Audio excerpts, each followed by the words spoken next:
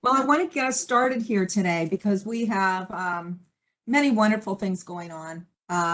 For one thing, we'll start off with our Innovation Did You Know fact, because those are always just terrific things to do. And I'm wondering if, Nikaya, you might put the registration for the Ignite Innovation Showcase in our link. We have something that has snowballed into the most amazing experience. We're doing a week-long, actually it's 8 days, innovation showcase. It's going to feature 8 days, 8 ways Iowa State innovates. And it's all celebrating student innovation. And despite COVID and the limitations and the lack of in-person, we are actually having an innovation fair that's going to involve more than 700 students, easily more than 300 faculty engagers, collaborators, contributors, researchers. And we are going to be broadcasting this all over the world for people to peek in to see what Iowa State is doing. And so it's our first, if you can think of it as a portal to the world where people look in and we get to show out some of the amazing innovation we're doing. And just a high level feature, we have a fashion show, a student-driven fashion show that is quite a significant experience. It involves easily over 200 or 300 students, and it's featured every year. It involves some major industry stakeholders. On Saturday, we have the Ride Engineering competition, so theme park engineering. We have a student film festival featured for that week. Improv pitches for Monday. We have an art and environment day and writing workshops for Tuesday, research on Wednesday. Thursday, we're doing civic innovation with the Design College, and Friday, big award ceremony and featuring some really cool stuff out of our College of Ag, Engineering, and Liberal Arts and Sciences. And in addition, on Friday, we are awarding our first Innovation Fellows. And we have at least 8 of them and 5 of them that will graduate with a Gold Fellows Award, which means that they have done more than 500 hours innovation work within the program, brand new program. Yeah, I'm glad you're saying wow, Lewis Carr, because if you say wow, I know we're doing it right, right? So that's our Innovation Did You Know fact. And so Nikaya put the registration in our link, in the chat link, and go ahead and register now so to make sure that you can get information as we go and attend later. So without too much more chatter, I'm going to introduce our panelists today and then land on Lewis Carr. So we have Jim Oliver. Would you introduce yourself, please? Sure. I am Jim Oliver. I'm a professor in the College of Engineering, and I'm the director of the Student Innovation Center. Looking forward to our session today. Abram? Hello, everyone. I'm Abram Manders. I'm an associate professor of English. I direct our first and second year communication and writing sequence, and I do research on innovation and entrepreneurship. I'm really excited for our conversation today. Ana Luz? Hello, everyone. I'm Anna from the College of Design. You'll see me associated with everything related with teaching and training on design thinking, creativity, and problem solving. So very nice to be here. Welcome. And Nikaya Rucker. Hi, everyone. My name is Nikaya Rucker, and I serve as the External Relations Director at the University Library. I'm also part of this dynamic team here that brings Flagship Fridays to this university in the world every Friday. I'm incredibly excited to be here, especially with Lewis. It's always a great conversation with him, so I'm excited to see what we learn today. That's fabulous. And so all of us on here, Lewis, will be asking questions off and on as we go. But one thing I do know, Lewis, you're a great storyteller. So before you start, you have to let me brag a little bit about you. Nikaya, through her research and connection and connectedness and community spirit, intersected Lewis Carr and brought Lewis Carr to our university. And Lewis is now on our Student Innovation Center Advisory Council. And thankfully so, he has really helped us think about things, some specific things differently and really help us position some of those things in a way where we're better for it. He has been with Black Entertainment Network for 35 years, serving as the president of media sales for the last 19 years. During his tenure with the company, Louis transformed the multicultural space for some of the world's biggest brands through strategic partnerships with corporations like Procter & Gamble, Unilever, McDonald's, General Motors, Facebook, and Apple. He has been a guide and a consultant on opportunities that exist within Black and Brown communities. I'm particularly fascinated by Louis Carr's mantra, be led by data and insights. And because I think that's true even, and I'm going to transition here, as he really has launched major initiatives within the last several years on empowering young people and really a legacy of change makers. He has had a long-term commitment to young people in his community. He founded the Louis Carr Internship Foundation 17 years ago. And the foundation has provided 178 paid internships in which 45 alumni now have full-time jobs in the industry. He also created the Blueprint Men's Summit, which brings together some of Black America's high-profile thought leaders to educate Black men in the areas of finance, health, careers, relationship, and entrepreneurship. And as you saw, I don't know if you saw when you came in, he has a new program that he's launching that I'm really excited about and eager to get our campus engaged in. So Louis, I'm introducing you, and I wonder if you might start out at least, first of all, introducing yourself as you might introduce yourself, but then also talking about this new initiative that you're working on, because it sounds really quite compelling. Thank you, Karen. I appreciate the opportunity to come to you guys again and really sort of share experiences and share knowledge and help motivate and inspire people to, as we say at Waymaker, to live their best life in order to change their families, their communities, and overall the country. So it's an exciting time for me. This week, my Waymaker journal came out, and super excited about it. And Waymaker is a brand that came about several months ago when I look back on the things I was doing to help our communities, to help young people, to help men. And I said, what does that add up to? And I think it adds up to a Waymaker. And the reason I chose Waymaker, when I look back over my life, that's what people did for me. A Waymaker is someone who sees an opportunity to motivate you, turn you, twist you in the right direction for success. Karen, I have counted, and I did this over a period of time, that I've had 19 Waymakers in my life. And some of them were professors, some of them were coaches, some were neighbors, of course, parents and relatives and friends. But I realized, number one, I wasn't that smart. I wasn't that motivated. I wasn't that excited. I didn't have a lot of vision. People stepped into my life and basically said, you ever thought about this? You ever tried this? Maybe you need to do that. And I would say sometimes I was like most people, no, and don't want to do that. But they were persistent, and they helped me sort of see something that I couldn't see.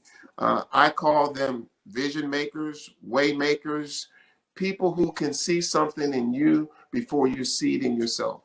People who believe in you before you believe in yourself. Had the pleasure yesterday of talking to a young man by the name of Donovan Brazier. He is the American record holder in the 800 meters. He's 23 years old, and we had a conversation about Waymakers. So people who basically look at you and see something special that you may not see yourself. So we're on this journey to create a Waymaker community. Those people who can be Waymakers, and those people who need Waymakers. Okay, Louis, okay, so a couple things. First of all, right away, my thought is, if we're listening, our listeners should be thinking about, can you define the waymakers in your life? Because I love that exercise. One thing I'm always impressed by with you is how you take something yourself personally. You do a lot of self-reflection and then create a model and apply it to a broader group. You share it. You're a sharer, right? So I think that's fabulous. But I want to comment on, for you, I just come back to this story and this saying that you gave when you spoke about to us last time. Someone saw something in me, but it's the other part that I think is most significant, and did something about it. And so it's not just the seeing, it's also the solving. Right. Right. And that's the part that I think is so intriguing about your career and the pathway. How do you work with that in your Waymaker process? Well, if we're being honest, Karen, when someone sees something in you, so for example, every parent thinks they have great kids. Every parent. They're biased, and they should be. I mean, that's what parents do. They're biased. But when someone outside your family sees something in you, and whether that is a professor, or whether that is a coach, or whether that it's a neighbor, if you're being honest, it puts a little pressure on you. Mm-hmm. You feel a little uptight about it because you're going like, that may require some work. That may require you to take some action. So when a professor says, you can be better than that, you kind of go, really? Really? You're believing in me more than I'm believing in myself? Because when they say you can be better than that, they're saying, I believe in you. And if you push back, you're saying you believe in me more than I believe in myself. So it requires you to do something. It requires action. And the conversation that I had with Donovan Brazier yesterday is, when an athlete, whether he wins or loses, crosses the finish line, whatever sport, the first person he looks for is that coach. Yeah. That person that believed in him when no one else believed in him. Mm-hmm. The person who is just as nervous as he or she is when they get up to the starting line.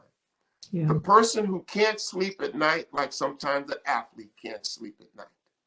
That's that shared goal with shared emotions, with a shared journey, shared responsibility. So it's pressure. And I talk about it in my book, Dirty Little Secrets. I didn't want to hear when people told me I could be better. I didn't want to hear when people told me I could be special and that I was special. It was too much pressure. Yeah. Yeah. Could I jump in here, Lewis? Please do. I'd love to ask a follow-up on this issue. You know, I think one of the things that I talk about with students when they're reaching out for a mentoring meeting or informational interview is that I ask them to reflect on, what's your mentor getting out of this, right? And I think that can be really key to helping them understand that relationship. I'd love to hear you talk about when you have people who could be waymakers for you. How do you bring them into that conversation, and what are you selling them on? What's the value of being a waymaker? The value of being a waymaker, number one, we all have had them. So every single person here has had them. The number one value is starting to pay back, as I call it, a debt that's almost, as MasterCard would say, priceless. So if I've had 19 waymakers, I say in a lot of my talks, Abraham, I'm just paying interest because the principal is too big. I can never pay the principal down, but I can pay the interest on the principal. So that's number one, what a waymaker gets is that paying it forward or paying it back, whatever term you want to put it. Number two, that waymaker is really saying, I'm going to do something that's going to give me as much joy as it is going to give you success. Because I can tell you, I've wanted to shut down my foundation many a times because the majority of the money coming out of my foundation is coming from me. And sometimes I'm going, oh, that's way too much. That's way too much. But when I hear a young person say that this opportunity it changed my life. It just brings something through me, just like, and you know, that 8 weeks that they spend, whether they spend it at Google or whether they spend it at Groupon or whether they spend it at CNN or ESPN or McDonald's, when they say that opportunity opened up my eyes to a different world and to a different perspective. And now I'm going to look at everything going forward differently. It sends a chill. And every time I hear it, I said, I got to keep going. So I think it is a two-way street, that the mentor is getting his passion and he's getting that emotion fed by the mentee. Hey, Lewis, I'll jump in too. You know, as you mentioned, we've all had waymakers in our lives, and I can remember getting that kind of advice, I guess, as a graduate student, and working my hardest and doing the best I could, and a professor saying, "You can do better than that," and it's sobering. And I guess you could take either direction. You could say, he's an idiot, or I'm going to take the bait and I'm going to try harder. And so it's sort of the imposter syndrome that we all suffer with from time to time, as far as you know, how do you take that? How do you deliver that advice? Now, as a waymaker, I feel like I'm a waymaker. How do you deliver that advice with a positive spin and outcome? Get the positive outcome. Well, you know, the one thing that I think that young people have innately is they know authenticity when they see it and when they hear it. Yeah. All right. They can feel it. I remember like it was yesterday when my high school coach screamed at me and cursed at me a little bit and said, "Make up your mind, Lewis, whether you're going to be good or whether you're going to be great." Until that moment, I never knew that I played a role in that. Right. I thought you just got lucky. Yeah. You know, but when he said, "Make up your mind whether you want to be good or great," and my response to him was, "What do the people who are great do that the people who are just good don't do?" Yeah. And his response back to me was, "Line up. You've answered the question by asking that question, which one you choose." Right. Yeah. And it determined everything going forward, that I have a role. I can make the choice. It's up to me whether I want to be good or whether I want to be great or whether I don't want to be anything at all. It's up to me. It's my responsibility. I'm in control of that. And that's what I want students to understand. It is up to me. Yes, there are going to be things in life that are not going to be so pleasant. And that's what we call an unpleasant season. Seasons. A good friend of mine just wrote a book about seasons. Seasons change, all right? But in every season, we have an experience. In winter, we have a particular experience. In spring, we have a particular experience. In summer, we have a particular experience. So I think what we have to understand, that through those seasons, professors, we're all learning, whether it's a good season or a bad season. Sometimes when it's a bad season, we're learning and being prepared for the good season. How to take advantage of it, how to get the most out of the good season. So COVID-19 is this season that has lasted way too long. Way too long. But it is a season that has changed our lives and our perspectives on life forever. Forever. And if you haven't changed your perspective and your view on life, then you've been sleeping through COVID-19. You have not been awake.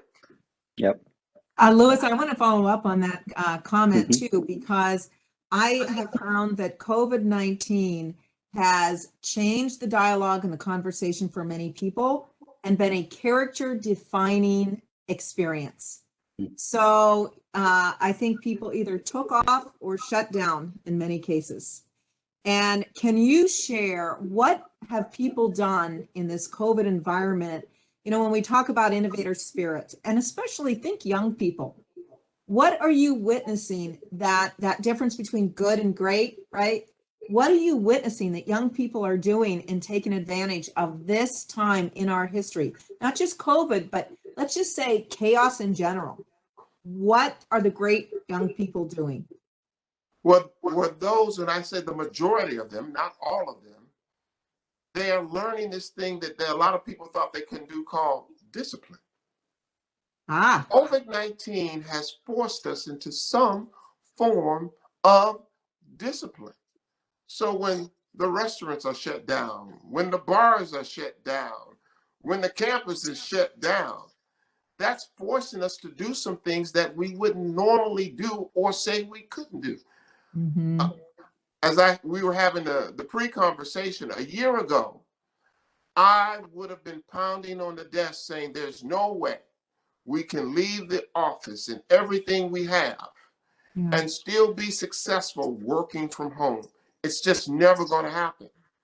Well, clearly, I would have been wrong because we have done that and exceeded everyone's expectations. Right. So one of the key learnings out of COVID is we can be disciplined. We can focus. Yes.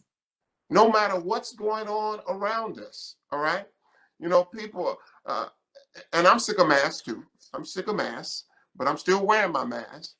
But you think now versus a year ago, you can really go out your house and stay for hours and that mask still stays on, all right? You kind of forget it's on after 2 hours, right? You at hour 5 and you're like, oh, I still got this thing on. But back in March and April of 2020, you went out the house like 5 minutes. It's got to come off. I can't deal with this thing. Maybe in May, you got to an hour. Maybe in July, you got to 2, but you still didn't like it. But you were disciplined enough to do it. And most of the people have done it and continue to do it. So I think one of the greatest lessons that we learned from COVID is we can be disciplined despite what our own emotions said to us. We can do it. I have a follow-up question on that. And I like that we're talking about discipline because I really feel like discipline is a mental action before it becomes an outward decision. And Lewis, in previous conversations, you talked a lot about the importance of discipline and the impact that that has in the innovator's journey, the impact that has on success. And you've also talked about the discipline that you look for in your interns, and you shared a few stories about that. I'm wondering if you'd be interested in sharing some stories with us about your interns, and then also talking about the mental discipline that needs to happen first, because you do a really great job at describing that journey and breaking that down for different audiences. Sure. You know, the first thing we try to do with our interns is teach them a work ethic. I have sort of a kickoff session with the interns, and they said, what's the hardest thing we're going to face? And I said, learning to work hard all day long. And they said, what does that mean? I said, you know, you've been in school, so you go to class, and you may go to another class, then you get a break. I said, then you have lunch. And then you go to class, and then you get a break. You may take a nap during the day, or you may hang out with some friends. I said, on this job, we grinding all day long, all day. Most times we don't take a lunch because we just grinding right through it. We eat at our desks. We're just grinding. And they kind of look at me like, really? We're going to work like that? And because I'm trying to expand their capacity, no one is leaving at like 5 o'clock. I said, who ever heard of the employee leaving before the employer? So, you know, you guys can't leave before I leave. Well, what time do you leave, Mr. Carr? Earliest 7:30. And you see the look on their face like, are you joking with us? No, I'm not joking.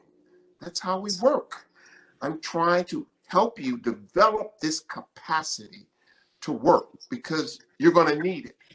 So we try to make sure, and that's why we don't give them menial jobs. We give them real jobs. They got real assignments. They got marketing assignments. They got research assignments. They got math assignments. And someone is checking on them all day. Where are you at on this project? It's due at 4:15 today. Where are you at on this project? It's due before you leave today. Where are you at? I mean, so there's someone, as I say, inspecting what we expect. So that's sort of giving them a responsibility. It's giving them capacity, and it's creating an overall work ethic for them. I've had times, even as an adult, saying, I don't know if I can work this hard. When we used to have our staff meetings in Washington, D.C. at 10 o'clock on Monday morning, and I'm leaving Chicago, I'm getting up at 3:30 a.m. to be able to make a 6 a.m. flight at O'Hare because DC is on Eastern Standard Time, 7 a.m. So that's going to be an hour and a half to 2 hour flight. So that means I'm going to land somewhere between 8:30 and 9. And then I got to go through traffic and be sitting in a conference room by 10. That takes capacity. Work all day in Washington, D.C., catch a 6 p.m. flight on to New York on that same day. All right. Don't let it be a storm that I may not get to New York, even though it's only 45 to an hour away from DC. I may not get there until 8 o'clock, get through New York traffic, get to the hotel, if I'm good, by 8:45, eating dinner by 9:15. And I got up at 3:30 a.m. in Chicago. You can bet, there are many times I said, can I do this? Do I have the capacity to do it? But I knew that there are people who had invested in me, Abram, who said, I believe in you. You determine whether you're good or great. I know you can do it. I thought about those people who believed in me long before I got that job and believed in myself. So I would say to students, when you hear someone tell you you're special, when you hear a professor say you can do better than that, he's not joking. You know why he knows that? Because he's seen so many students like you. He has that historical history. I've seen hundreds, thousands of students. I know the ones who are good, who are great, who are not so good. So when he says you can do better, that's nothing that a professor tells everybody. Trust me. I know a lot of professors, and I hear them say, oh, he's struggling so bad. Oh, and he ain't going to get no better. All right. Versus I've got some that are just outstanding. They just got to believe that they're outstanding. Yeah. Louis, I want to follow up on you because you talk about can you do it, but it's also will you do it? Because I think we can, but the question is, will we? And that's that capacity building component. And we have a question about how can you tell if you're good to great? What do you do?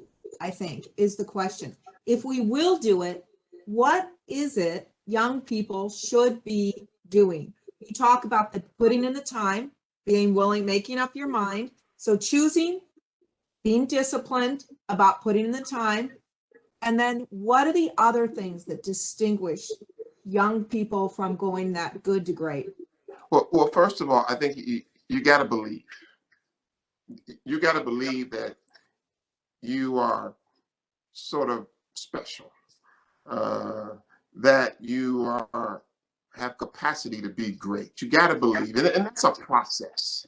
As I was asking Donovan Brazier yesterday, I said, what's that moment of time when you knew you were the best in the country? And he gave it to me. I don't want to tell you about the podcast. I want you to listen to it. But he said, I knew at that moment. And I thought about all the sacrifices. I thought about all the work I put in. I thought about all the injuries. But at that moment, I knew it was my time. And I think when you put in that work, that belief, and then you follow it up. So I ask this question all the time: which comes first? And we could debate on this: vision or desire, or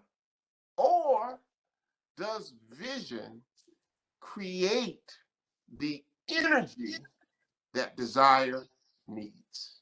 Mm-hmm. So it's Can I every time follow? I ask that question, and Anna, I see you trying to jump in right here. So go Yeah. jump right there. No, you're inspiring me. I'm doing my doodles, and the more you're talking, the more I'm like, oh, and this connects with this. I wanted to ask you one thing, because that's the motto that's in our household and teaching. Love what you do what you love. And I am very appreciative that you're talking about habits of work and being disciplined, and we're talking with our students about that, like engaging all the time. But I'm wondering if you could also talk a little bit, because I see it in your body language, the passion, like really loving, and the vision. You almost like you see it in your mind, you believe in it, but then you have this, it's like a unlimited, it's like there, the passion is always there. You love it, even if you fail, you love it, and you just like, you love to work, you really love to work. It hasn't always been that way, though, Anna. Trust me. Okay. when Students I relax graduated now. from college, and I made this transition where, after my athletic career is over and I got to get a job and Yeah. be an adult, I went to this coach named Coach Wallace. He used to coach Inglewood High School in Chicago, and he was just always this icon of a man. And I said, Coach Wallace, when will you know what you're really born to do?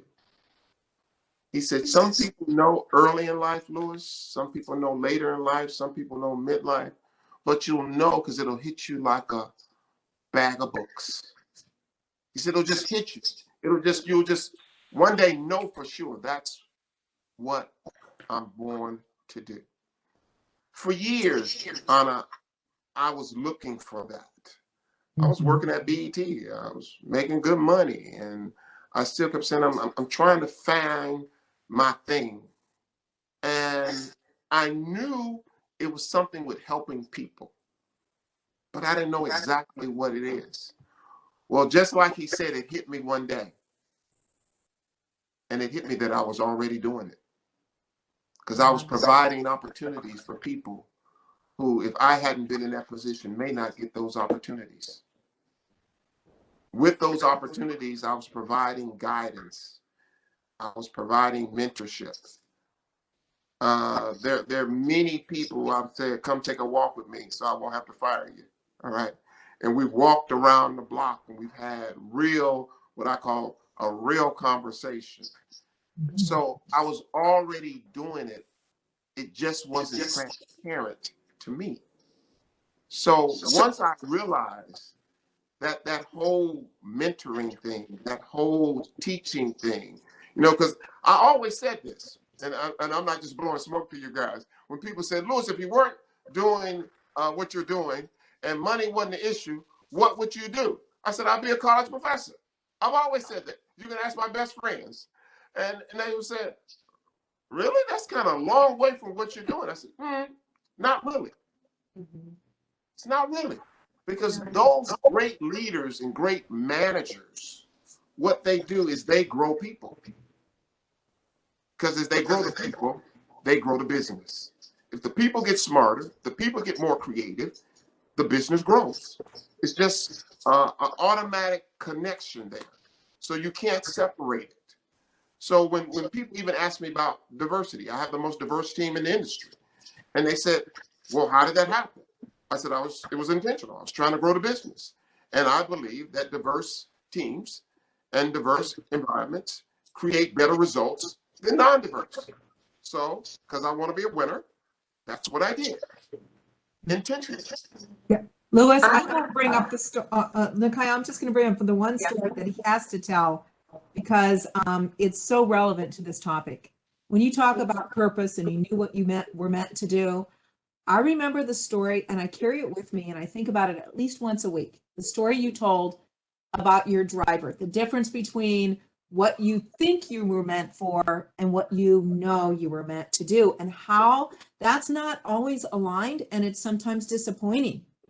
I think that's a powerful story, particularly for young innovators who have this ideal and then it's not. So can you share that story, because it's really profoundly motivating? Sure. It's a story that I don't like sharing, Karen, because it put me in that mood, all right? But I lost a Super Bowl bet.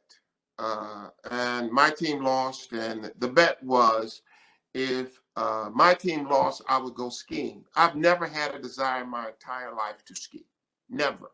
It has never been a thing for me. Never wanted to do it. Don't like cold that much. Don't like snow, and don't like hanging out. And I felt that at this stage of the game, didn't want to break anything, so didn't want to do it. So I lost the bet, and I had to go skiing with a group of guys in Telluride. So I was on my way to the airport, and must have been the look on my face. My driver looks in the mirror and says, "What's wrong?" And I was like, "Man, I lost this bet. Now I got to go skiing. Never wanted to go skiing. It's just not a thing for me. And yeah, but I got to do it." And he asked me, he said, "Can I step out of the role of your driver?" And I'm like, "Man, of course. You know, I don't even look at you like that." And he said, "You're not going to find happiness on those slopes or any place else you're looking." Then I'm kind of saying, maybe I should have said, "No, you can't." But I said, "What do you mean by that?" He said, "Well, you know, we're not supposed to listen to people's conversation, but I'm sure you know we do. And I've been driving you now for 7 or 8 years, and I've heard all the conversations, all your negotiations, all the arguments and everything else. And I think you need to realize something." And I said, "What is that?" "That you were born to serve others." And I really just like, "Oh, man, Brother Jack, why would you say that?" He said, "There's some people who are just born to serve others, and you're that person." And I said, "Brother Jack, I don't know if I like that, because I want to have fun too. Serving others sounds like an awful lot of work." He said, "It's work that you're already doing and that you're really effective at." Now, I got out the car, went on the Telluride, horrible experience, whatever. But that conversation stuck with me. And my work was work till I realized that what he said was true. What he said was true. And when I have conversations with my team or with coworkers or with other corporate executives who are having challenges, that's that service. And even when I do things like this, you know, as my assistants, as you know, Karen, they're going like, "He can't do that. He don't have no time. You just don't understand. He's booked." They gave me a number Wednesday that I really hated, that I averaged 10 Zoom calls a day. And I was like, I wish you hadn't told me that, because I hadn't counted. That's just way too much Zoom. Yeah. But doing things like this is part of that intentional service. So this will energize me for the rest of the day. Oh, well, that's so good to hear. And I love that story. And I love the fact that it finally hit you when you realized that you were already doing that. And I think for a lot of folks, they think it has to be this big moment where they open the door and the floodgates is just there, and they're like awakened. But for a lot of people, I think it's the experience that you had too. It finally clicks on that, oh, I've been doing this all along. I've been participating in the same way in different groups. I just didn't know that I was good at it. And so what was there like a defining moment? Were you around community or people who started calling out specific things and you saying, "Hey, you're really great at this," or "Hey, you're really great at that"? What was that moment like for you? And then how did you start to actually act on it and operate, knowing that you were called to do this thing? Like, what was the next step? Well, I was always curious. about what are you meant to do, because you see people, whether they're athletes or whether they're, I had the pleasure of having professors who love being professors. I mean, they just love their job. Several of them said it wasn't a job. I can't call this a job because I just love it. I'm having too much fun. And you golfers, classic example, they're like, this ain't work. This is just fun, because this is my passion. This is what I love to do. So I always felt that there must be something wrong with me because I haven't found that thing. I can't say this is my passion. This is what I love to do. So I was always searching for that thing. I mean, from a long time. Even when I ran track, All-American, it was okay, but it wasn't that passion. I was disciplined and committed, but it wasn't that passion thing. So what I would suggest to people is search yourself. Search what is it, that thing. Now, it's not going to happen like next week. Might not happen next year or the year after, but put yourself in that mode and in that exercise to say, is what I'm doing, number one, productive, effective in multiple ways in my life? You want to be that whole person. And you want to be able to sort of point to the things that without a doubt you're good at and that you're passionate about.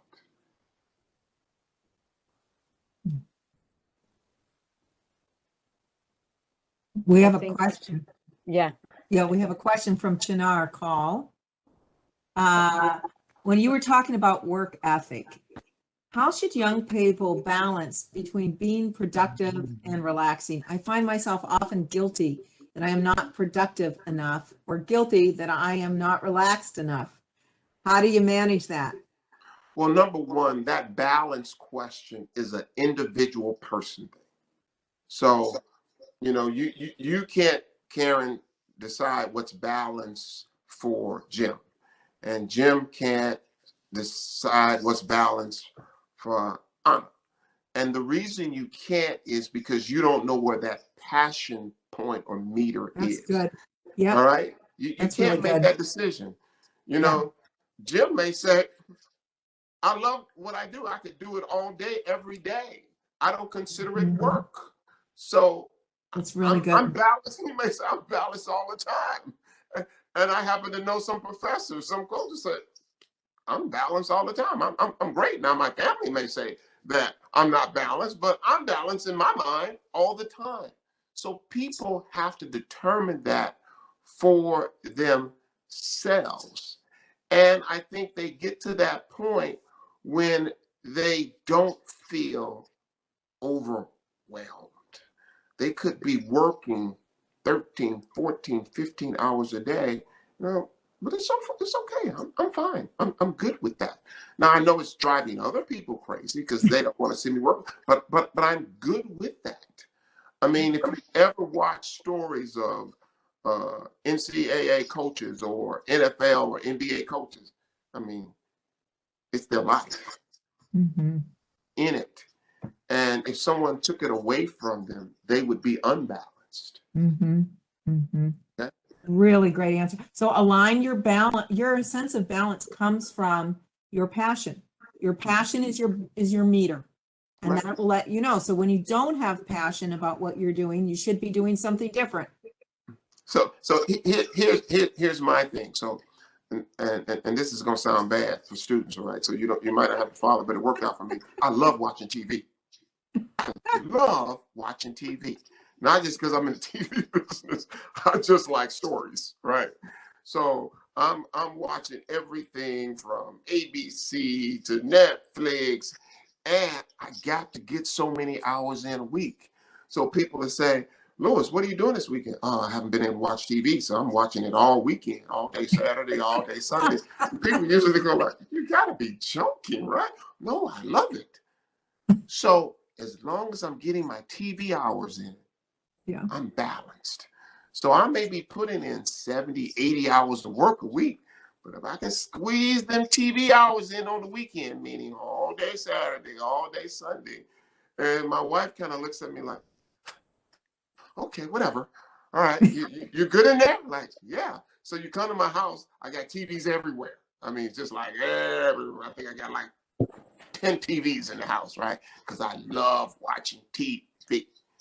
And as long as I can get that in and do my work, I'm good. I'm balanced. That's great.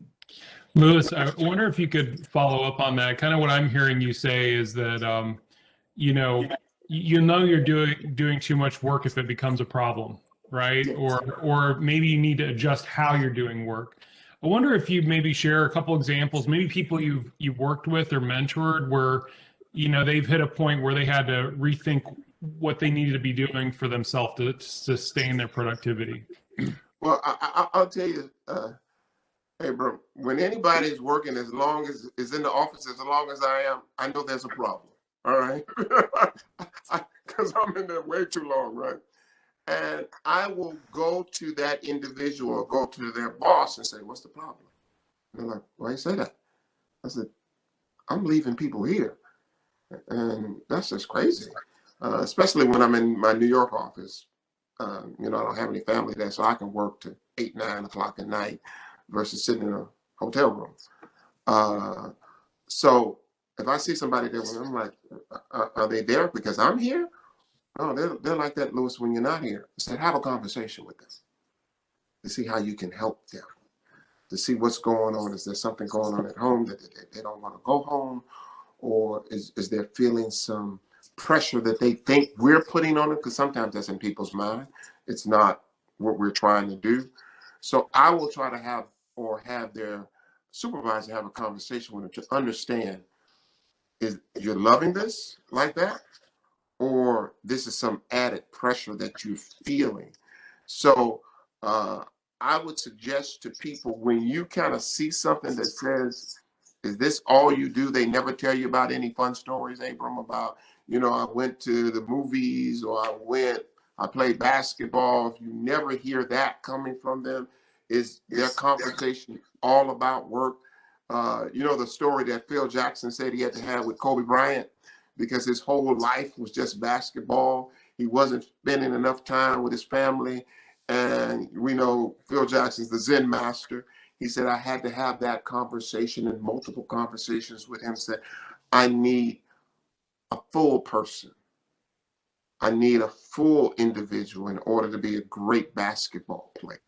You know, so you got to have other parts of your life in order to perform best on the court. And he talks about the story when, you know, Kobe had his first child and how that sort of switched him and changed him into a different type of guy. He almost became, he did become a better basketball player as he had sort of a full life versus just a basketball life. Hey, Louis, I'd like to bring us back to passion and finding your passion. I've got college age boys at home and I deal with a lot of young people at work. And, you know, it's a rare kid who knows he wants to be a, you know, surgeon at 5 years old and puts his head down and goes for it. So I see a lot of young people struggling with that. What major should I choose? Should I go to grad school? Should I take a job? And they get in this mode of thinking that every fork in the road is a cutting off, you know, a different path, and they agonize over that. Right. How and they're like you, they haven't found their passion yet because it takes a while, right? Right. Usually for most of us. So what do you say to young people how do you give them confidence that you know, choosing a path is part of the process, part of the path? I think you tell them it's a journey. It's part of that experience that we all have to have. You know, one of the things we say at my internship foundation, if you don't learn nothing else, you'll learn what you don't like, what you don't want to do. All right. You know, and that's a good learning. All right. Because that's a check the box. Okay. I don't want to do that for sure. So now I have these other 20 things that I still got to experience to figure out which 2 or 3 that I may want to do. And also, I think we should advise young people, it ain't just one thing. Don't believe it's just one thing. You have the capacity to be good at multiple things. You know, we teach that it's that one thing in life, you find it, and then you do it for the rest of your life. You know, people look at me now and they go like, Lewis, you've been at BET 35 years. Don't you want to relax? Don't you want to, go to the golf course? Don't you want to do? No, I don't. You know why? Because I don't see myself as this one-trick pony. I think I've got a lot of experience to do a lot of different things. And part of my drive, Jim, is to prove to myself that I can do a lot of different things. Write a book. A guy on a plane who wrote that great book, Swimming with the Sharks, I happened to be sitting next to. And when he asked me, when are you writing a book? I said, I'm not a writer. And he said, why do you want to be so selfish? And I'm like, excuse me? He said, every individual walking the planet has a personal story that has interest to someone else, because we are all unique individuals. Don't be so selfish. Share yours. Lewis, Never forgot it. Yeah. Well, it comes back to me, that your mantra, and I see your passion exhibited by your mantra over and over: data and insight, data and insight. And I might add one more step: data, insight, action, right? Because every insight, what I see with you is you get data, you have an insight, but then you do something about it.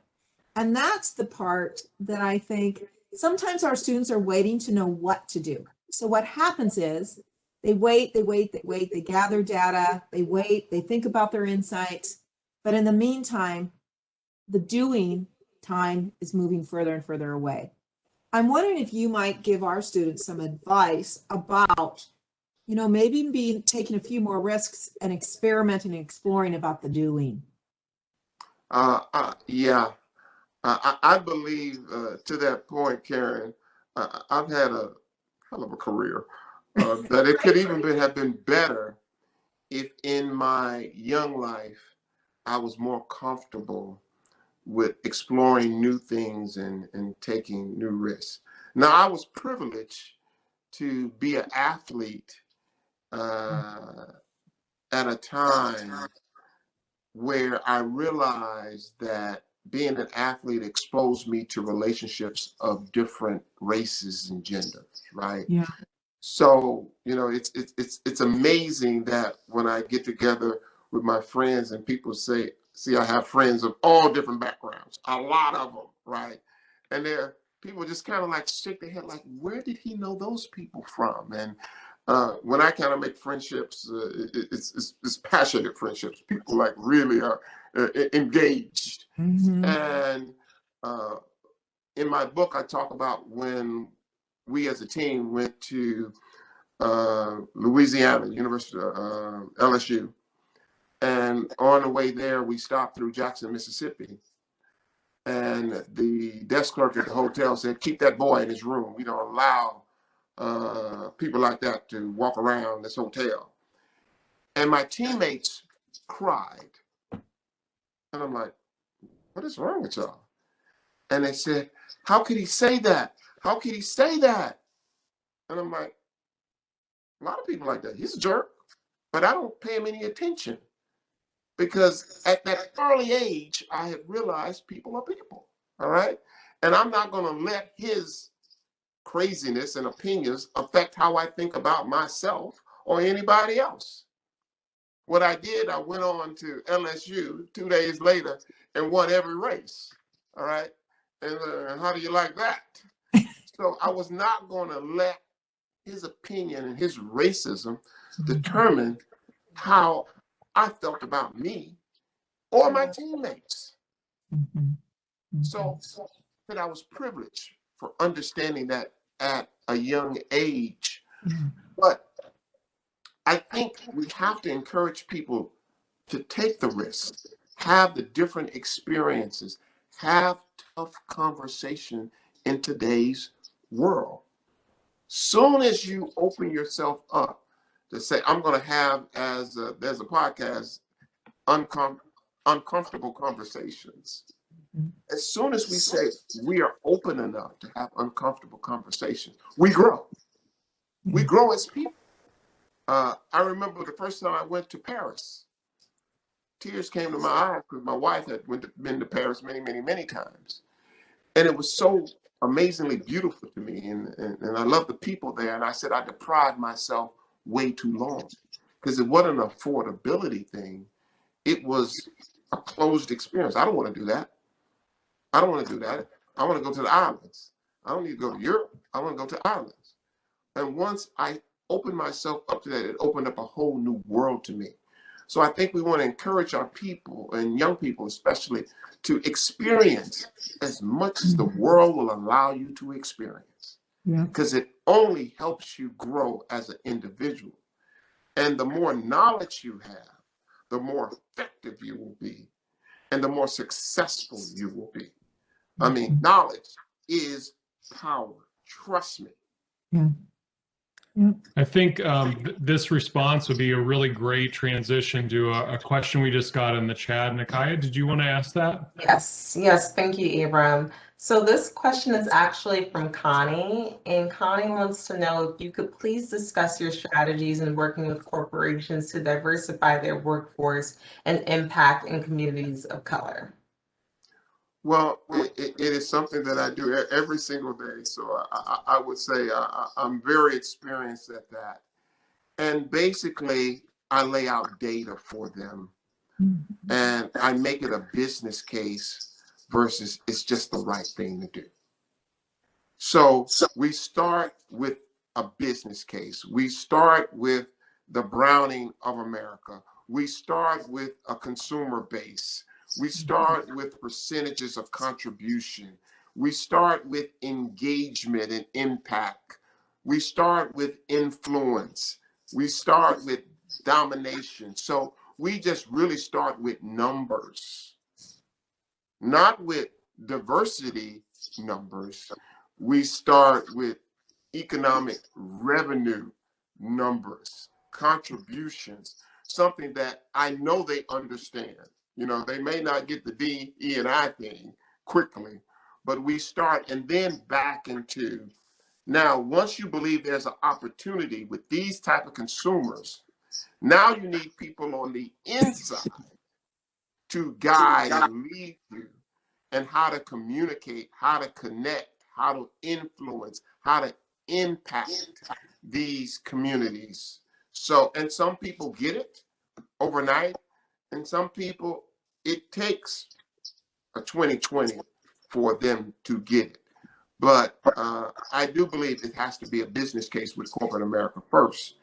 And then you do the end around to say, now, once you see the opportunity, how will you address the opportunity? You need people of color to help you address that opportunity, to communicate in an effective way, to engage in an effective way, to have creative that moves and understands these particular consumers. So I'd be curious to follow up on that. I wonder if you've ever had an experience where you're working with a leader and they say, hey, okay, I get it. I want to do this, but my people don't get it. How do you talk to them about how they can strengthen their own organization to get it and to be able to really act effectively to engage communities that may be outside their normal expertise? Well, I think, you know, leaders are leaders in every aspect. You can't be a leader in P&L, revenues, and then don't want to be a leader over here, all right? So it's a very rare air conversation that a leader has about these are the numbers and I expect you to hit them. And people go like, oh, no, that's impossible. We can't do that. That's a short conversation.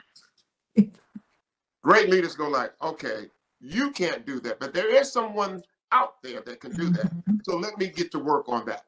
That's what leaders do. I mean, you guys know that. You know, when the leader said, this is where we're going, it's not a lot of debate on certain things. All right. It's like, yeah, I hear you, but this is what we need to do. When it comes to D, E, and I, it becomes this, oh, well, they don't want to do it. No. And I know this from experience. My team became a diverse team because I said, this is what I think we need. And this is what I need you guys to do. And people came back, well, we couldn't find anybody. And it may be a woman, it could be a woman of color, it may be a white woman, but no, we agreed that this is what we need. No, yeah, we agreed, but we can't find it. Keep looking. People come back, well, we can't find it. Keep looking. And then it comes to the conversation. Now, if I have to find them, then I'm going to question, why do I need you? Mm-hmm. Amazing how that person will pop up. I decided I was going to hire, as an experiment, had never been done in the industry, a college grad, straight out of school, make him a salesperson, pay him over $100,000. I made that decision. My team said, it's never going to work, Louis. You're going to be embarrassed. Industry is going to laugh at you. Okay, well, I'm got a pretty good brand. I think I can take that. If it's just being embarrassed and people laughing, my brand can take that. So I'm good. Had a young man in mind who had come through the foundation. Everybody knew him. They just said, Louis, he's not ready. Just not ready. It's not going to happen. Okay. We went through this. The young man was calling me, Louis, they don't even want to talk to me. Well, just keep calling. It's going to happen. This process went over 6 months. He started the process in January. We didn't hire him until June, right? And he knew that they didn't want to hire him. I said, don't worry about that. I am the boss. I'm clear. So just go through it. And then here's the thing that really got him, Abram. I am holding each of you responsible for his success. If this doesn't work, it is not on me, it is on you. We've got the best and the brightest. We've even talked to his parents. We've got a great formula of success. If this doesn't work, the accountability, the responsibility, and the blame is on you, not on me. That young man is still with us 10 years later. Yeah. Amazing how that works, isn't it? Yeah. Accountability. But Louis, you have to tell the story about the conversation with the parents. Oh, yeah. Remember? Oh, yeah. Because I needed the family to be involved. Like, it's going to be tough on him. And if he decides to quit, you promise me you can't let him come home. Now, Jim, I could tell as a father, you would be like him. I'm in. Yes, I'll make that promise. Truly. The mother was like, is it going to be that bad? I said, yeah. Because we're going to work him like he's on Wall Street. He's going to come in, putting 10, 12 hours a day. We're going to work him. We're going to be calling him on weekends.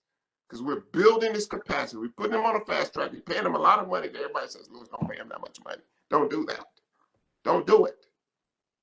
But I wanted to create this example that it can be done. I believe young people today are smarter at 21, 22 than I ever could have been or can imagine. All right. And I'm saying, why can't I take advantage of that and have them work for me and build brands and build revenue? Why can't I do that? Wall Street does it all the time. I want to be in that business. Yeah. Go ahead, Abram. I just wanted to say, Louis, I just love that answer because, you know, it echoes some things we've heard from other folks, but you put such a precise point on it that the leader has to be the driving force and they have to make it clear that failure is not an option. And then I loved how you worked through, I'm going to remove every excuse for failure that people under me might want to use, and I'm going to put every form of support in there to make that success happen. And that's how you get the result the same way you would get any other business result. So I just thank you. That was a fantastic answer. Thank you. Can I also ask, so I like a lot what you're saying, that you're removing the barrier. Thank you, Abraham. And or usually we remove the barrier, but actually you're making the mostly the metaphor to sports and jumping over the barrier. But I like, if you can share a little bit, not just with students, but what I find is that when we enable the young mind to excel, they also need to go through an internal process like, I am not able to do this. This is so much pressure. If you could tell us, like, what is the internal enabler that we can give to, I can see our perspective, but I also would like to put myself now in the shoes of, they're giving me this opportunity. I am really gonna not make it. So So what I is want the to tell you another enabler part of that that they can? story about Yes. that young man. 9 months in, he decided he wanted to quit. So I come to work one day and his supervisor said, we told you this wasn't going to work. So he's down there packing up his office right now because he's quitting. And I said, okay, tell him to come see me. So he comes and see me and he says, I can't handle it. And I said, well, that's not an option. I said, I had a deal with you and your parents. I can fire you, but you can't quit. I said, because where are you going? Remember, your mom and dad agreed you can't go back home. So where are you going? And he just stared at me. I said, you forgot that, right? I said, you haven't called them, have you? He said, no. I said, because you can't. That's the deal. So go back to your office, get your work done, and we're going to continue like this just never happened. Period. And he turned around, he went back to his office, and here we are 10 years later. That was just it. It was just like, there's no options for failure here. We're removing all of that. We're removing it. Okay, And, I'm going to go deeper then. okay, come on, bring it to me. Okay, how do you enable then that the tears become like the inner drive? Because you put like a lot of pressure, and now it could go pear shape, and we know that some of us crack with that amount of pressure. Others find that as the drive to succeed. So how do we make it in a safe and brave space that they can cry it out, but then off they go? And yeah. Because you're a professor, I know you're good at this, and because I've had this experience so many times. When I went to college, my first couple of years, I was not the best student. So professors spent a lot of time with me, motivating me to be better than my grades were showing. They did exactly they removed the excuses. They said, here's a tutor here, here's a tutor here, here's a tutor here. And they were tutors who were like funny people. I mean, they didn't take themselves that seriously. They're like, been there, understand what you're going through. This is a piece of cake. You're a smart guy. And they just spent the time. What most young people need is people who are willing to spend time. Just really, and I know we live in a real busy world right now. I get it. And you know, Jim, when I go speak to high school students, I make the kids applaud their teachers. We start off with applause for the teachers. And they say, why are we applauding? I said, because most of these teachers have their own bad kids at home. And they're probably some of your friends, all right? So here they're debating and fighting with you. And then they got to go home and debate and fight with their own kids. So we got to give them applause for taking on you as an extra child. So let's just give them a round of applause, all right? So young people just need people willing to spend the time, because we all were young at some point, and we all thought and acted just like they do today.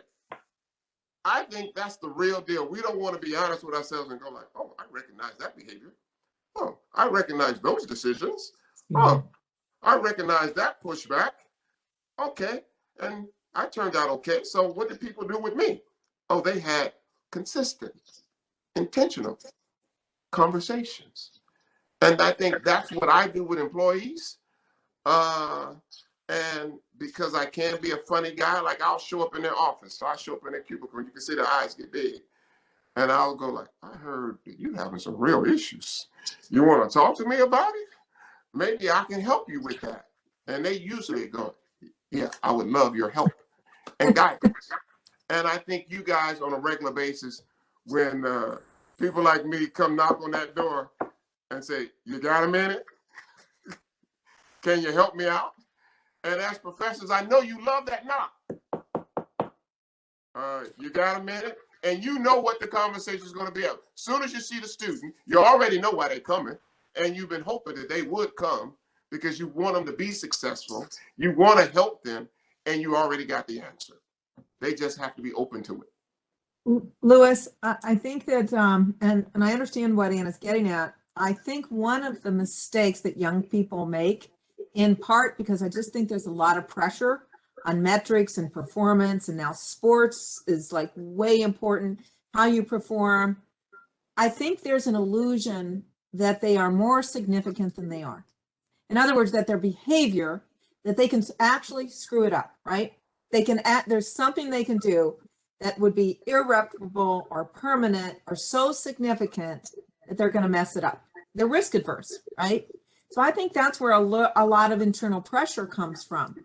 So how do we shift that sort of level of self-focus and self-awareness and self-anxiety into a better attitude and a better experience of life as explore and discover?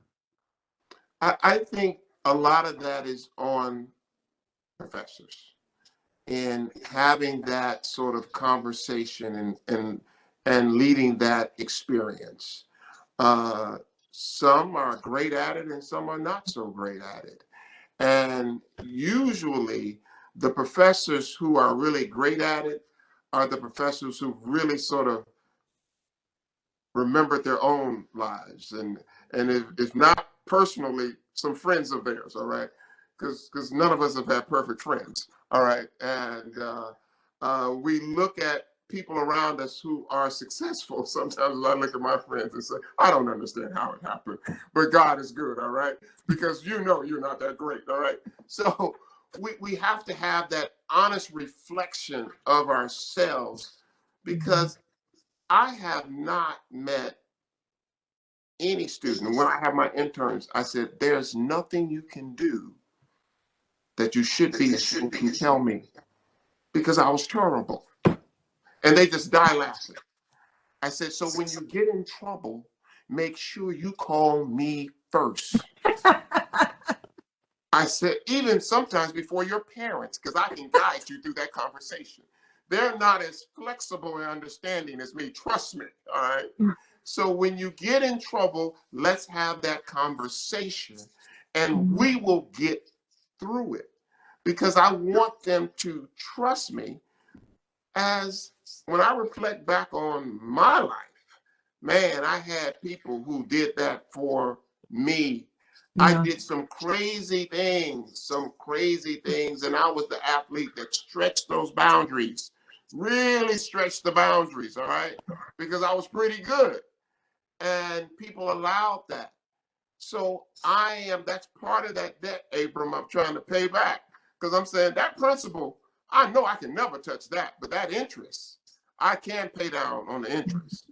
So I think professors have to have some expectations that there's going to be something crazy. There's going to be some good ones and there's going to be some bad ones. And, you know, my real tough work is going to be with the bad ones, but I'm trying to save them all. I'm trying to motivate them all to their own individual greatness. Yeah. You know, Louis, you've had your mentorship program for years now, and as someone who is critically invested in the journey, the development of these next generation of leaders, whether they're leading social innovation, civic innovation, whether they're the next CEOs of companies, whatever it is that they've been destined to do. As someone who is so attached to these different groups, what excites you most about the next generation of leaders? What are you seeing in your interns that's really igniting a flame in you? What are the things that you see that excite you for how they'll contribute and lead future nationwide, worldwide conversations? When you challenge them and tell them to live up to their greatness, they respond. No matter what level they start at, when they leave, they're at another level. As I tell people, we have to consistently tell young people how great they can be. Consistently, because life is going to bring them some challenges. That's what life does. All right. So whether those challenges are with classes that are difficult, or whether that's with life experiences or relationships and whatever, it's going to bring them some difficulties. So they need that consistent reinforcement. Live up to your greatness. It is inherent in you to be great. And you have to challenge them with certain things. You have to ask them, what are you dealing with that is difficult right now? You have to be open so that they can have very transparent conversations with you. And you can't be judgmental. Your friends of mine asked me, said, Louis, why do people just tell you so much crazy stuff? I said, because they can look at me and say, he can't be judgmental because he's crazy. All right. So I'm that guy that people can tell me anything and I won't judge. I'm just not in the judging business. I'm in the motivating and inspiring business, not in the judging business. And then, Louis, I'd like to hear your personal thoughts about what excites you most about the next generation of leaders, whether that's Gen Z or the generation after them.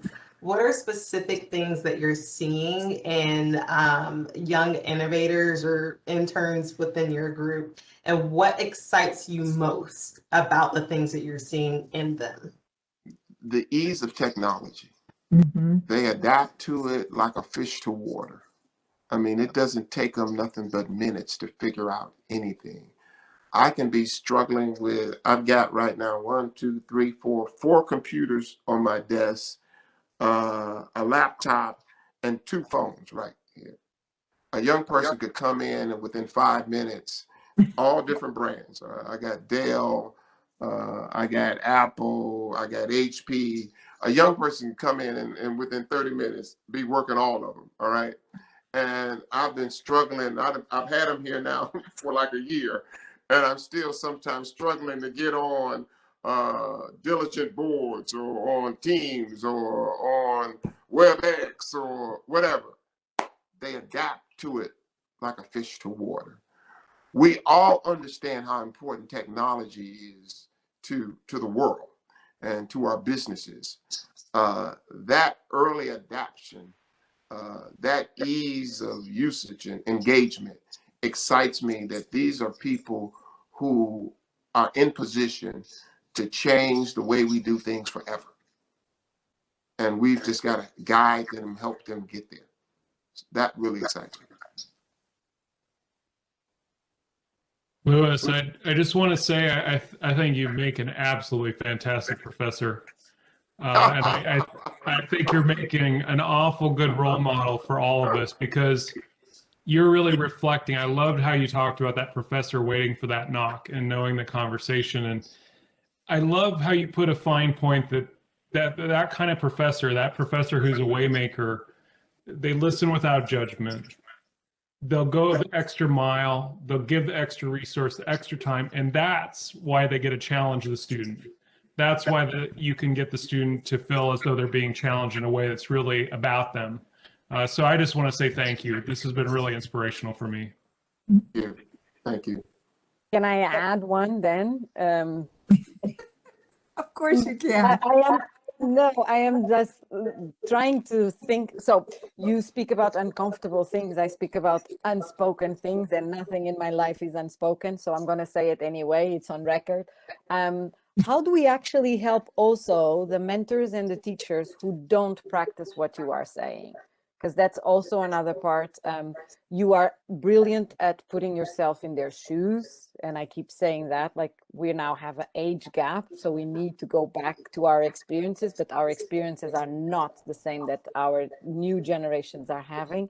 So how do we actually help our future mentors, because they will be future mentors as well? How do we impart on them this mindset of servant, of really listening, active listening? If you can I speak to think that. the same thing that I'm trying, shared stories. I mean, things that work, great examples. I guess you call them, back in my day, you call them white paper examples of things that, that have worked and are easily measurable, and things that have been put in cement. This works. This is the formula right here. If you do this, this equals this. And I think, because of our busy lives and all the things that doesn't exist anymore, where you have this sort of shared experience, stories, and examples of successful things. I mean, and I think there is a very formalized process of that.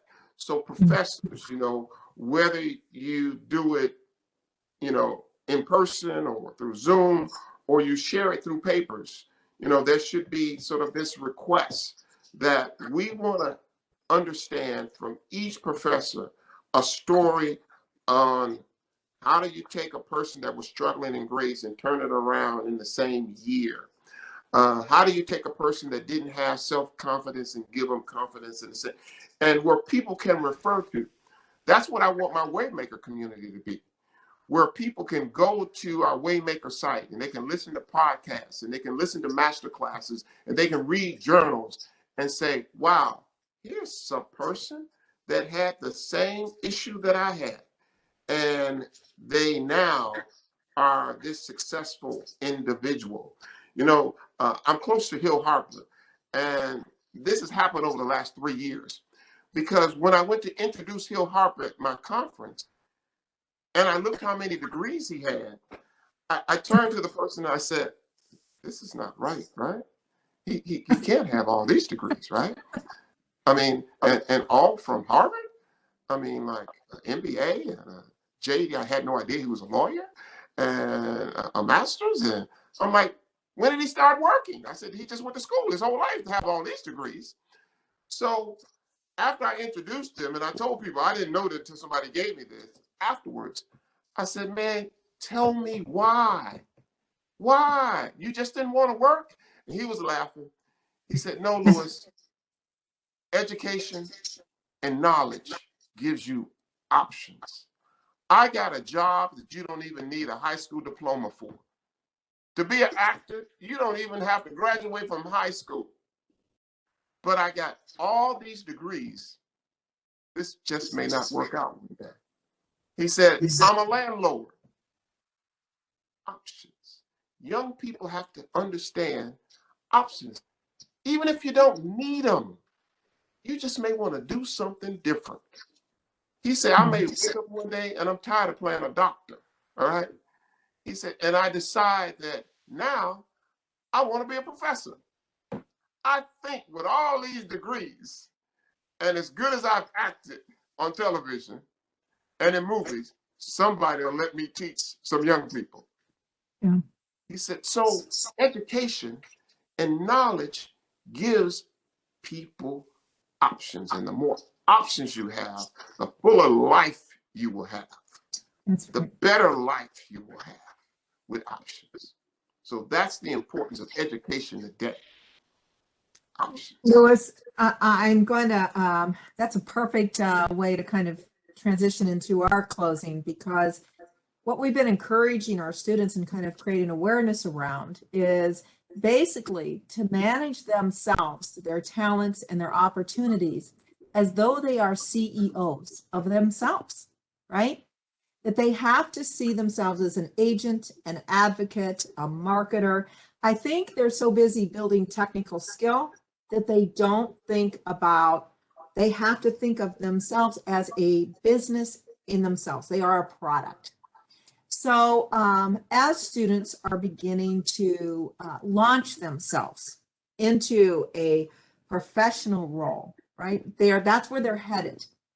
What would you say if you had to list one? I want to end on this because I think it'll be a really good thought option for our students.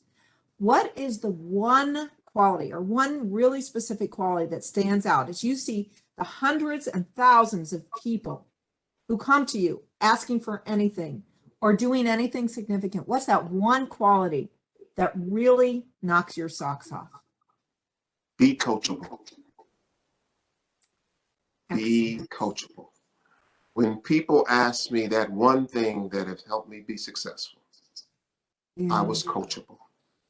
Even when I didn't believe them, I still was coachable. And I am coachable today because I'm consistently wanting to learn. During my podcast, I learned something yesterday.